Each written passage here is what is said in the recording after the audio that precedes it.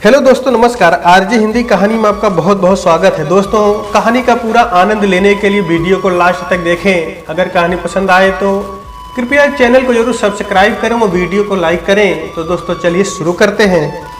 जून के महीने की तपती लू में पूरे गांव का हाल बेहाल था। रमेश के घर का पालतू कुत्ता चबूतरे पर नीम की छाया में आंख मीचकर पड़ा हुआ हाँफ रहा था। सुबह के समय आंगन की मुंडेर पर फुदकने वाला नर गौरैया लू से बचने के प्रयास में ईंट की पुरानी दीवार में बन गए एक छेद में घुस गया था। रमेश, जो दक्षिणी बरामदे के पीछे स्थित कच्ची मिट्टी की दीवारों के मड़हे में बांस की चारपाई पर अलसाया पड़ा था, नर गौरैया के पीछे उसी छेद में घुसती हुई मादा गौरैया को ध्यान से देख रहा था। उसको देखकर उसे अनायास अपनी सहपाठनी ऋतु की याद आने लगी थी। रमेश ने गत वर्ष रसायन शास्त्र में लखनऊ विश्वविद्यालय से एमएससी करने के बाद डॉक्टरेट की उपाधि प्राप्त करने के उद्देश्य से न्यूयॉर्क स्टेट यूनिवर्सिटी में प्रवेश लिया था। वह गत माह अपने गांव आया हुआ था। उसकी छुट्टियां समाप्त हो गई थी और उसे अगले ही दिन एयर इंडिया की फ्लाइट से अमेरिका वापस जाना था। तुम्हारा पोस्ट कार्ड आया है। आज स्कूल से आते समय रामू को डाकिया ने दिया है। सुजीत की पत्नी रमेश के घर के पूर्वी बरामदे में खड़ी होकर रमेश की मां को संबोधित कर सूखे मुंह से कह रही थी। उसके मुख पर चिंता का भाव परिलक्षित हो रहा था। रमेश की मां पढ़ी लिखी नहीं थी, परंतु पोस्ट कार्ड का एक कोना फटा देखकर वो सहम गई थी। गांव में यह बात कौन नहीं जानता कि पोस्ट कार्ड के कोने में पीला रंग लगे होने का अर्थ होता है विवाह अथवा किसी शुभ कार्य के अवसर का निमंत्रण। तार आने का अर्थ होता है किसी की मृत्यु अथवा मृत्यु शैया पर होने का समाचार, एवं पोस्ट कार्ड का कोना फटे होने का अर्थ मृत्यु की सूचना ही होता है। रमेश की मां अनपढ़ थी, अतः वो शीघ्रता से पोस्ट कार्ड लेकर उसके कमरे में आकर उससे कहने लगी, देख तो बेटा, इसमें क्या लिखा है। पोस्ट कार्ड की ओर देखकर रमेश भी अपने को किसी अनिष्ट की सूचना को सहन करने को तैयार करने लगा। फिर मां के हाथ से पोस्ट कार्ड लेकर पढ़ने लगा, प्रिय राम कैलाश, बड़गांव, प्रसन्न रहो। तुम्हारी चिट्ठी मिली थी, जवाब देने में कुछ परेशानी होने के कारण देर हो गई। विशेष समाचार यह है कि संतोष की बहू शकुंतला पिछले सोमवार को बीमारी से खत्म हो गई। उसी दिन उसका क्रियाकर्म कर दिया गया, पर गांव में किसी ने थाने में शिकायत कर दी। सो दूसरे दिन पुलिस भी आई थी और मुश्किल से ले दे के वापस गई। अब तो मामला ठंडा जान पड़ता है। घर में सबको नमस्कार कहिएगा, बाकी ईश्वर कृपा है। तुम्हारा शुभेच्छु जीतन। पत्र पढ़कर रमेश स्तब्ध रह गया। उसका मन यह स्वीकार ही नहीं कर रहा था कि शकुंतला भाभी अब इस दुनिया में नहीं है और वह अब उनसे कभी नहीं मिल पाएगा। समाचार की गंभीरता को जो जो वह आत्मसात करने लगा, उसका हृदय तीव्रतर व्यथा से अपलावित होने लगा। शकुंतला भाभी की मृत्यु उसके लिए किसी आत्मोत व्यक्ति की मृत्यु का प्रथम अनुभव था। रमेश की मां के मुख पर दुख की एक झलक आई और अपने स्वभाव के अनुसार उनके मुंह से हे ईश्वर निकला और उसके बाद वह बोली, चलो अच्छा हुआ, बहू की जिंदगी तो वैसे ही खराब हो गई थी।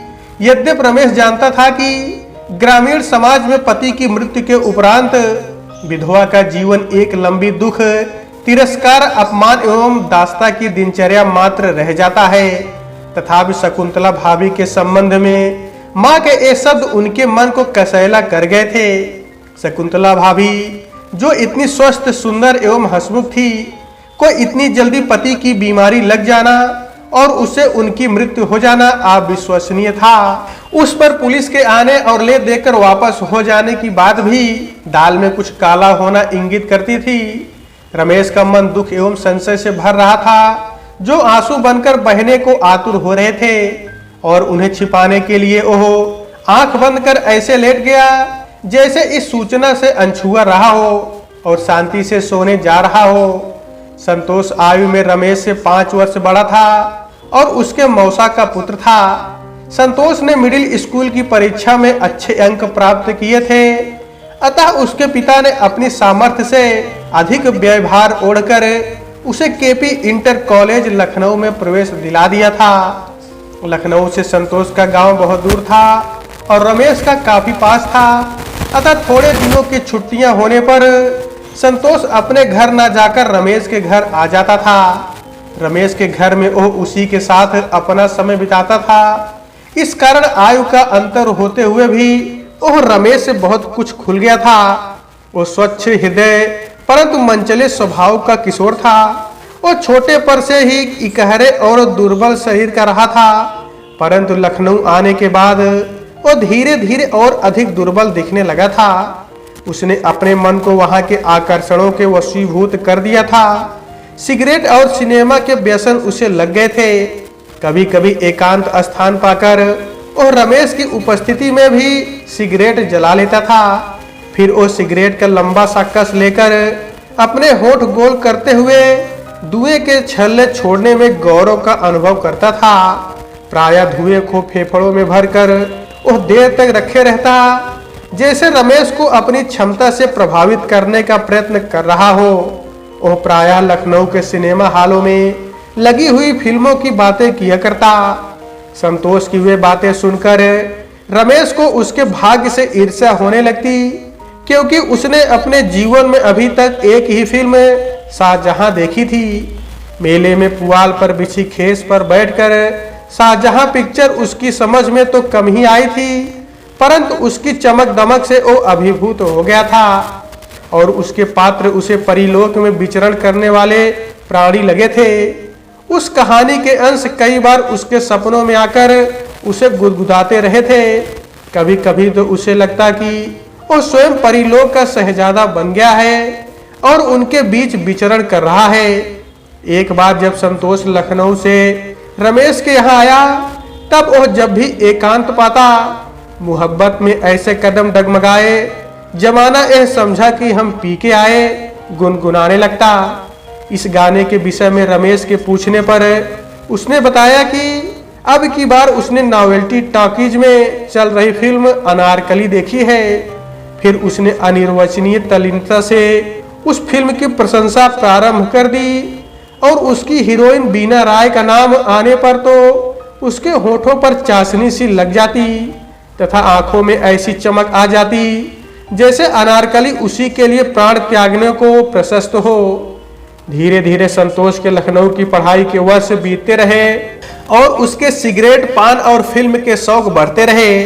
अब वो कभी कभी सिगरेट का बहुत लंबा कस लगा लेता था और फिर देर तक खांसता रहता था। आयु के साथ उसके स्वास्थ्य में सुधार होने के बजाय उत्तरोत्तर गिरावट आ रही थी, क्योंकि अपने पिता द्वारा भेजे जाने वाले रुपयों के अधिकांश का व्यय वो अच्छा खाने के बजाय सस्ती सिगरेट पीने और सिनेमा देखने में करता था। इंटरमीडिएट की परीक्षा उसने किसी तरह तृतीय श्रेणी में उत्तीर्ण की। उसे आगे पढ़ाए जाने का तो प्रश्न ही नहीं था। अतः इंटरमीडिएट के बाद ही उसे कहीं नौकरी पर लगाने का प्रयत्न होने लगा। उन दिनों प्राइमरी स्कूल के अध्यापक की नौकरी के लिए भी प्रथम श्रेणी से हाई स्कूल की अनिवार्यता हो गई थी, जबकि उसकी द्वितीय श्रेणी थी। उसके किसी प्रतियोगिता में आ जाने की किसी को आशा नहीं थी और न प्रतियोगिताओं के विषय में किसी को पर्याप्त ज्ञान ही था। बड़े प्रयत्न के उपरांत रेलवे के खल्लासी की नौकरी उसे मिल सकी। संतोष के गांव और आसपास के गांवों में हल्ला हो गया कि लखनऊ में कॉलेज पास करने के बाद संतोष को रेलवे में नौकरी मिल गई है। फिर क्या था, कुंवारी कन्याओं के पिता उसके पिता के घर के चक्कर लगाने लगे। रीत के अनुसार दहेज हेतु किए जाने वाले मोल भाव के उपरांत शकुंतला नामक कन्या के साथ विवाह का प्रस्ताव स्वीकार कर लिया गया। 3 महीने बाद ज्येष्ठ माह में विवाह की तिथि पंडित जी ने पंचांग से निकाली। घर में चहल पहल प्रारंभ हो गई। गांव की अड़ोस पड़ोस की स्त्रियां अपने घर का चूल्हा चौका प्रातः काल जल्दी जल्दी समाप्त करके संतोष के घर इकट्ठी हो जाती और गाते बजाते हुए सूप से गेहूं पछोड़ती, ओखली में दाल कूटती और धूप में चारपाई पर चादर बिछाकर मुंगौरी बनाती। निमंत्रण पत्र देने हेतु निकट के स्थानों को नाई भेजा जाने लगा और दूरस्थ स्थानों को हल्दी अक्षत लगे पोस्टकार्ड प्रेषित किए जाने लगे। रमेश को जब संतोष भाई साहब के विवाह की बात ज्ञात हुई, वह बहुत प्रसन्न हुआ, विशेषतः इस बात से कि छुट्टियों में विवाह की तिथि पड़ने के कारण वह लंबे समय तक विवाहोत्सव का आनंद उठा पाएगा। विवाह बड़ी धूमधाम से प्रसन्न हुआ। शकुंतला के पिता ने बारात को प्रसन्न करने में अपनी तरफ से कोई कसर नहीं छोड़ी। दहेज की तय रकम से कुछ ऊपर ही दान दक्षिणा भी दी, जिससे सभी लोग प्रसन्न थे। और जब शकुंतला की मुंह दिखाई हुई तो उसके मनमोहक रूप को देखकर कोई भी उसकी प्रशंसा किए बिना ना रह सका। ब्याहोपरांत 1 सप्ताह तक रमेश वहीं रहा। यद्यप शकुंतला उन दिनों लंबा घूंघट निकाल कर रहती थी, परंतु छोटा देवर होने के नाते रमेश के सामने वह पर्दा नहीं करती थी। और रमेश अपनी भाभी के रूप, स्वभाव और वाणी से इतना सम्मोहित हो गया था कि किसी न किसी बहाने वह प्रायः उन्हीं के चारों ओर चक्कर लगाता रहता। 1 सप्ताह में उसे शकुंतला भाभी से गहन लगाव सा हो गया। सच बात तो यह थी कि शकुंतला ने अपने व्यक्तित्व से घर में सभी से ऐसा संबंध स्थापित कर लिया था कि सभी को उससे आत्मीयता की अनुभूति होने लगी थी। 1 सप्ताह बाद शकुंतला को उसका भाई आकर विदा करा कर ले गया और रमेश अपने घर चला आया। फिर संतोष अपनी नौकरी पर चला गया और रमेश अपनी पढ़ाई में लग गया। अब रमेश का भाई संतोष भाई साहब से मिलना बहुत कम हो गया था, क्योंकि उनकी नियुक्ति का स्थान दूर था और उन्हें छुट्टी भी कम ही मिलती थी। शकुंतला से तो वर्षों के अंतराल पर मिलना हो पाता। शकुंतला भाभी से मिलने पर अब उसके स्वयं के व्यवहार में औपचारिकता आ जाती, क्योंकि अब वह बड़ा हो रहा था और शकुंतला भाभी से पहले जैसे खुलेपन से मिलने में झिझकने लगा था। यद्यप रमेश से बात करते समय शकुंतला की वाणी में चहक पूर्वत रहती थी, तथापि अब वो सयत्न अन्य घर वालों की उपस्थिति में ही उससे मिलती थी। फिर भी शकुंतला के शब्द एवं वाणी रमेश के मन में प्रसन्नता बिखेर देते थे। रमेश के मन में कभी कभी यह आश्चर्य भी जागृत होता था कि संतोष भाई साहब की मात्र खल्लासी की नौकरी होने की जानकारी होने एवं उनके अत्यंत गिरते स्वास्थ्य को देखकर भी भाभी ने ना तो कभी किसी प्रकार के असंतोष का प्रदर्शन किया और न उनकी वाणी में कभी कोई क्लेश परिलक्षित हुआ। उसे लगता कि शकुंतला भाभी में भगवान शंकर के समान गरल और निर्विकार रहकर पचा जाने की असीम शक्ति है। उस गरल की तीक्ष्णता का आभास रमेश को एक दिन तब हुआ जब वह अपनी मां के साथ मौसा के घर गया हुआ था। उन्हीं दिनों संतोष भी शकुंतला के साथ वहां आया हुआ था। उसके कृशकाय शरीर को देखकर रमेश की मां अचंभित रह गई थी। उससे तो वो कुछ भी नहीं बोली थी, परंतु बाद में चिंतित स्वर में शकुंतला से उन्होंने पूछा था, संतोष बहुत कमजोर हो गए हैं, ठीक से खाता पीता नहीं है क्या? शकुंतला पहले तो चुप रही थी और उसने वार्तालाप का विषय बदलने का प्रयत्न किया था, परंतु उसे बात टालते देख रमेश की मां के स्वर में ऐसा भाव आ गया था जैसे संतोष की इस स्थिति के लिए शकुंतला ही दोषी है। रमेश की मां उसे झिड़कने के स्वर में कहने लगी थी, बहू, पति की देह तो घरवाली की देखभाल से ठीक रहता है। तब शकुंतला के धैर्य का बांध टूट गया था और वो फपक कर रो पड़ी थी। फिर भरे गले से बस इतना बोली थी, मौसी, ठीक से खाएंगे पिएंगे तभी तो शरीर में लगेगा, लेकिन जब शराब और सिगरेट छूटे ना। शकुंतला के उन शब्दों एवं स्वर में निहित वेदना रमेश के हृदय को बींधती चली गई थी। उसे लगा था कि इतनी सुमधुर, सुंदर, सुशील एवं सहनशील भाभी का संतोष के साथ विवाह करवा के उनके साथ घोर अन्याय किया गया है। कुछ दिन बाद रमेश अपनी पढ़ाई के लिए बाहर चला गया। एक दिन उसे एक पत्र मिला, प्रिय रमेश, प्रसन्न रहो, तुम्हारा पत्र काफी समय से नहीं मिला, हम सबको चिंता हो रही है, तुम 15 दिन में एक चिट्ठी अवश्य डाल दिया करो, देरी होने पर तुम्हारी माँ बहुत परेशान होने लगती है। सुनते हैं कि अमेरिका की पढ़ाई कठिन होती है और वहाँ तरह तरह के आकर्षण भी होते हैं, इसलिए तुम्हें अपना ध्यान पढ़ाई पर केंद्रित रखना आवश्यक है, इसी से तुम्हारा भविष्य बनेगा। एक विशेष समाचार यह है कि संतोष का स्वास्थ्य बहुत बिगड़ गया है। वो मेरठ के टीबी क्लिनिक में भर्ती है। कभी कभी मुंह से खून आने लगा है। डॉक्टरों के अनुसार टीबी फेफड़ों में पूरी तरह फैल चुकी है। हम सबको बड़ी चिंता है। शकुंतला उसकी देखभाल में वहीं रहती है। ईश्वर ही मालिक है। तुम्हारी माँ तुम्हें प्यार कहती है। शेष कुशलता है। तुम्हारा पिता राम कैलाश।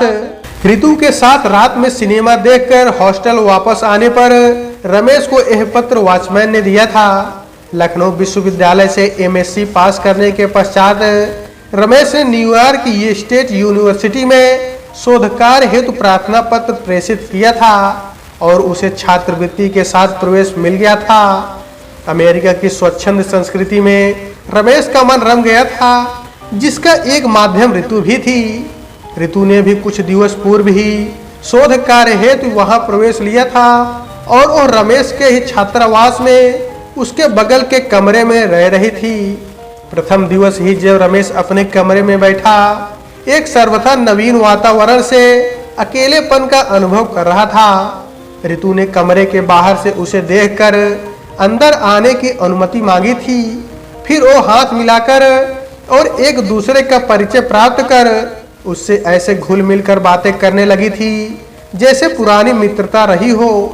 यद्यपि प्रारंभ में रमेश को उससे इस प्रकार मिलने में झिझक लगी थी, परंतु सने सने वह रमेश से अंतरंग हो गई और उसके व्यवहार से ऐसा लगने लगा कि वह रमेश से विवाह हेतु उत्सुक है। अपने पूर्व जीवन के विषय में बात करते हुए उसने रमेश को बताया कि वह स्कॉटलैंड के एक गांव की रहने वाली है और क्रिश्चियन है। 2 वर्ष पूर्व उसने माइकल नामक एक बैंकर से विवाह किया था। बाइबिल की शिक्षा अनुसार उसने विवाह पूर्व अपने को कुमारी रखा था। विवाहोपरांत उसे ज्ञात हुआ कि उसका पति उसे रति सुख की पूर्णता प्राप्त कराने में असमर्थ है। इसी कारण वो सप्रयास पति से दूर न्यूयॉर्क चली आई है और उसने विवाह विच्छेद हेतु न्यायालय में प्रार्थना पत्र भी दे रखा है। यह सुनते हुए रमेश ऋतु के मुख को ध्यान से देख रहा था एवं उसे आश्चर्य हो रहा था कि ऋतु को यह सब बताने में न कोई झिझक लग रही थी और न किसी प्रकार की आत्मग्लानि का अनुभव हो रहा था। भारत से चलते समय रमेश की शकुंतला भाभी से मिलने की तीव्र इच्छा हुई थी, परंतु व्यस्ततावश रमेश शकुंतला भाभी से नहीं मिल पाया था। अमेरिका आने पर यदा कदा एकांत के क्षणों में शकुंतला भाभी के हास्य में छिपा उनका दग्ध एवं आतृप्त अंतर्मन रमेश के मानस पटल पर उभर आता और उसके हृदय को सालने लगता था। जिस दिन ऋतु ने अपनी आत्मकथा रमेश को बताई, उस रात्र उसे लगता रहा कि शकुंतला भाभी की कहानी जैसे ऋतु की कहानी से कुछ कुछ मिलती जुलती है। फिर उसके मन में विचार आया कि शकुंतला भाभी अगर भारत में जन्म न लेकर किसी पश्चिमी देश में जन्मी होती तो क्या आज ऐसा कृत्रिम जीवन बिताने को उन्हें बाध्य होना पड़ता। पिता के पत्र से संतोष भाई साहब की गंभीर स्थिति को जानकर रमेश के मन में अविलंब भारत आने की इच्छा हुई, परंतु छुट्टी मिलने और टिकट आदि के पैसे का प्रबंध होने में 4 माह का समय व्यतीत हो गया। फरवरी माह में उसके पिता के दूसरे पत्र से संतोष के देहावसान का समाचार भी मिल गया। उसे बचपन में संतोष भाई साहब के साथ बिताए अतरंग क्षण बार बार याद आते और शकुंतला भाभी को विधवा स्वरूप में देखने की कल्पना मात्र से उसका हृदय दग्ध हो जाता। मई में जब रमेश अपने गांव पहुंचा था तो अवसर मिलते ही उसने मां से पूछा था, संतोष भाई साहब वाली भाभी अब कहाँ रहती है? वह अभागिनी कहाँ जा सकती है? माँ बाप तो है नहीं, ससुराल में ही जिंदगी के दिन काट रही है। 2 दिन बाद रमेश मौसा के घर गया, पर उस दिन शकुंतला अपने भैया की बीमारी की खबर पाकर अपने मायके चली गई थी। इसलिए शकुंतला भाभी से मिलने की उसकी लालसा अतृप्त ही रह गई। हृदय में चाह होते हुए भी रमेश दोबारा मौसा के घर ना जा सका। एक तो समयाभाव था और दूसरे दोबारा जाने का कोई उचित बहाना भी नहीं था। अमेरिका वापस लौटने के 1 दिन पहले उसके मौसा का कोने पर फटा हुआ वह पोस्ट कार्ड आया था। पोस्ट कार्ड पढ़कर रमेश मार्मिक पीड़ा के आघात से स्तब्ध रह गया था और बिना कुछ बोले उसी मड़हे में सोने की मुद्रा बनाकर लेट गया था। उसकी मनः स्थिति का अनुमान लगाकर उसकी मां भी उसके मड़हे से बाहर चली गई थी, पर जब कई घंटे तक रमेश मड़हे से बाहर नहीं निकला तब मां पहले तो एक दो बार उसके कमरे के बाहर ताक झांक करके लौट गई। फिर जब सांझ ढलने को आई तो वह चुपचाप आकर रमेश के बगल बैठ गई और उन्होंने अपना हाथ रमेश के सिर पर रख दिया। रमेश के द्वारा नेत्र खोलने पर वह धीरे से बोली, बेटा तुम ठीक समझ रहे हो, अब तुमसे क्या छिपाना। हमको लगता है कि शकुंतला किसी बीमारी से नहीं मरी है, जहर दे के उसका किस्सा खत्म कर दिया गया है। लेकिन तुम्हारे मौसा और क्या करते, नहीं तो वो उनकी नाक ही कटा देती। जिज्जी ने एक बार दबी जुबान से बताया था कि शकुंतला के लक्षण अच्छे नहीं लगते, वो अपने देवर पवन से बहुत हंस के बात करती है। सुनी थी कि वो 2 महीने पेट से भी थी। माँ की बात सुनकर रमेश आश्चर्यचकित और हतप्रभ हो गया था। क्या शकुंतला भाभी, जिन्होंने संभवतः कभी भी पति सुख पूर्णता से नहीं प्राप्त किया होगा, का अपराध इतना गंभीर था कि उन्हें प्राणदंड दे दिया जाए? और क्या पवन इतना दोषहीन है कि उस पर आक्षेप भी न लगाया जाए? और ऋतु की स्वतंत्रतापूर्ण जीवन गाथा से शकुंतला भाभी की जीवन त्रासदी की तुलना अनायास करने लगा और उसके मन में अपने समाज की नारी को मानवी ना मानकर पत्थर की देवी मानने वाली रूढ़ियों से घोर वितृष्णा होने लगी। वह देर तक गुमसुम होकर माँ की ओर देखता रहा और दूसरे दिन चुपचाप अमेरिका वापस चला गया। तो दोस्तों, आज के वीडियो में बस इतना ही। कहानी आपको कैसी लगी कमेंट बॉक्स में जरूर बताइएगा। अगर कहानी पसंद आई है तो कृपया चैनल को जरूर सब्सक्राइब करें और वीडियो को लाइक करें। तो दोस्तों, आपसे फिर मिलते हैं अगले वीडियो में, तब तक के लिए नमस्कार।